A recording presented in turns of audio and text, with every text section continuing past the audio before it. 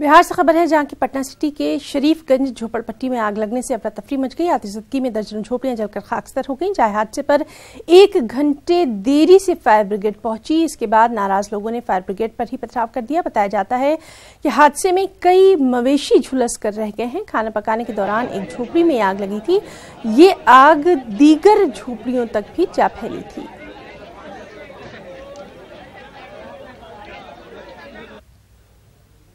गुलकारी की दुनिया के बादशाह मोहम्मद रफ़ी का आज यौम पैदाइश है। आज ही के दिन 1924 को पंजाब के शहर अमृतसर के छोटे से गांव कोटला सुल्तान सिंह में मोहम्मद रफ़ी पैदा हुए। 10 साल की उम्र में उस्ताद अब्दुल वहीद खान से मौसीकी की तालीम हासिल की। बताया जाता है कि मोहम्मद रफ़ी को पहली मर्तबा पब्लिक परफॉर्मेंस का 13 बरस की उम्र में मौका मिला था। मोहम्मद रफ़ी बॉलीवुड की दुनिया में अपनी आवाज़ का जादू जगाने में कामयाब रहे और आज भी उनको लोग दीवानावार चाहते हैं।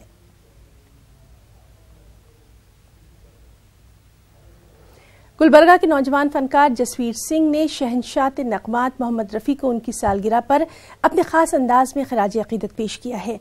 3 एल्बम के फनकार जसवीर सिंह का कहना है कि रफ़ी साहब की आवाज़ का सहर आइंदा कई सदियों तक टूटने वाला है ही नहीं।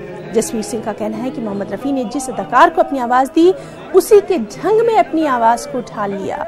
जसवीर सिंह ने अपनी आवाज़ में रफ़ी साहब को खिराज अकीदत कुछ भी पेश किया।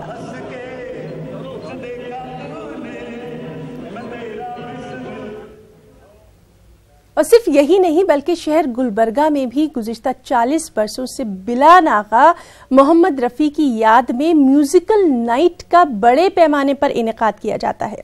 साबिक मेयर डॉक्टर अशफाक अहमद चुलबुल अपने दम पर इस प्रोग्राम का इनेकाद करते आ रहे हैं और जाहिर सी बात है कि इसमें हजारों की तादाद में लोग पहुंचते हैं। तो आप भी लुत्फ अंदोज होइए इस खूबसूरत आवाज के साथ। हमें इजाजत दें।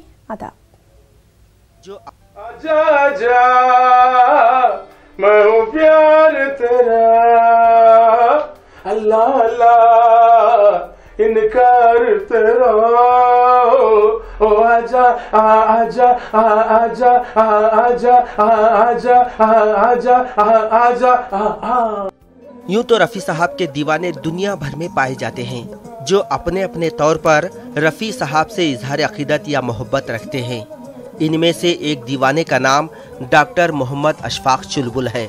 ये कई तालीमी इदारे चलाते हैं। अपने आप को तालीमदां कहलवाने के बजाय एक फनकार कहलवाना फ़ख्र महसूस करते हैं। ये गुज़िश्ता 40 बरसों से गुलबर्गा में बड़े पैमाने पर याद रफ़ी प्रोग्राम का इनेकाद करते आ रहे हैं। इस साल हम शुरू कर 1981 से हम जो प्रोग्राम भी शुरू करें।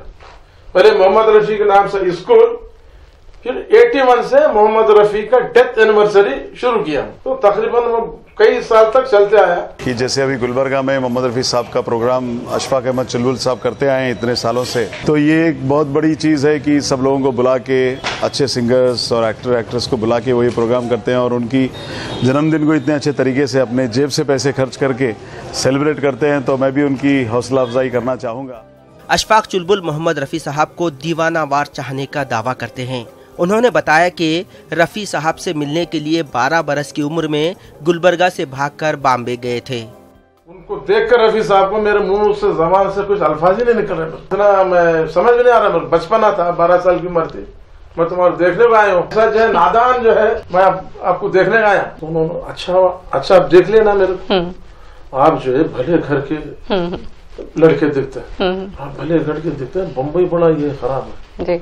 आप पहली ट्रेन से आपके मकान वापस चले जाओ, आपके माँ बाप जो है परेशान। डॉक्टर अशफाक चुलबुल मोहम्मद रफ़ी के मद्दा होने के साथ साथ एक कामयाब गुलकार भी हैं। अब तक इनके 3 एल्बम मंजरेआम पर आकर खूब हिट हो चुके हैं। हाल ही में आशा पारेख ने इनके 3रे एल्बम की रस्म इजराई अंजाम दी। पुकारता चला हूँ मैं गली गली बहार की, बस एक छाँव जुल्फ की, बस एक निगाह प्यार की। न्यूज़ 18 उर्दू के लिए गुलबर्गा से जवाद मीर की रिपोर्ट।